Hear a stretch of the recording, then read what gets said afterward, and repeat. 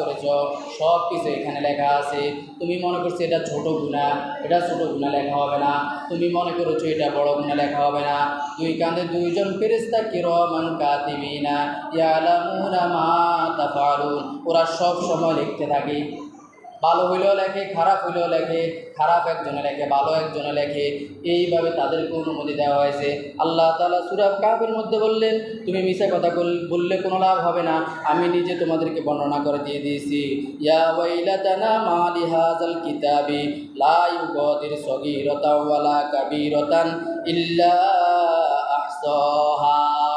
দুর্ভোগ ওই সকল লোক হবে যেদিন তাদের আমল নামা পড়তে দেওয়া হবে। আমরা নিয়ত রাখবো যেন আমাদের আমল নামা যেন আমাদেরকে পড়তে না দেয়, আমাদেরকে বিনা হিসেবে যেন আল্লাহ তাআলা জান্নাত দেয়। সকলে পড়ি আমিন। আমল নামা যদি পড়তে দেয়, আমার আপনার আমল নামা পড়তে দিলে আমি নিজেও যে গুনাহ করেছি মনে হয় কাল কিয়ামতের ময়দানে ওই আমল নামা পড়ে আমি জান্নাতে যেতে পারবো না। হযরত মূসা আলাইহিস সালাতু ওয়াস সালামের আজরাইল আলাইহিস সালাতু ওয়াস সালাম যেদিন তার ঘরে এসেছিলেন, তাকে দুনিয়া থেকে বিদায় নেওয়ার জন্য এসেছিলেন, কাকে দিয়ে খবর দিতে পারস নাই। মূসা তো ছিল অত্যন্ত গরম লোক, ফিরআউনের সাথে যুদ্ধ করেছিলেন।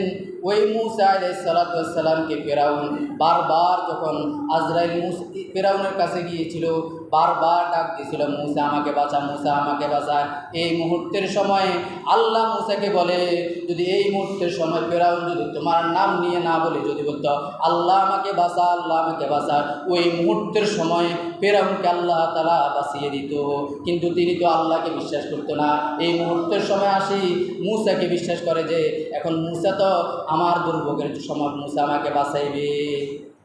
তখন মূসা আলাইহিস সালাতু ওয়াস সালাম যখন মূসার কাছে আজরাইল এসেছিল, আমাকে আরও কিছুদিন হায়াত দে।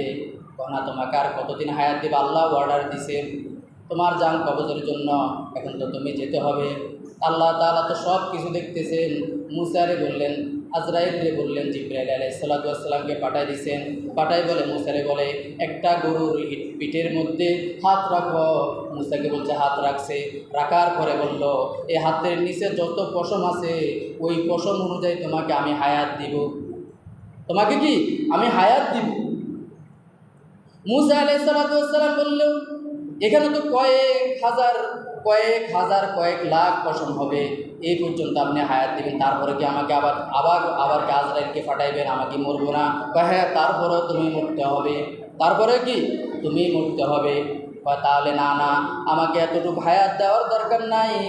আজরাইলে বলল আল্লাহ যেহেতু অর্ডার দিছেন এই মুহূর্তের সময় তুমি আমার জান কবজ করে নিয়ে যাও। মরণ থেকে যদি পালাও তুমি, মরণ তোমায় লইবে গিরি। যদি লাগাও তুমি আকাশ পথে সিঁড়ি, কোনো লাভ হবে না। যেখান থেকে তুমি পালাইবা মরণ ওখানে তোমাকে ধরবে। আর এই পৃথিবী থেকে আপনি পরিপাটি হয়ে যেতে হবে। আমি বিভিন্ন ধরনের ধোঁকাবাজি মানগাসটা পালাইছে।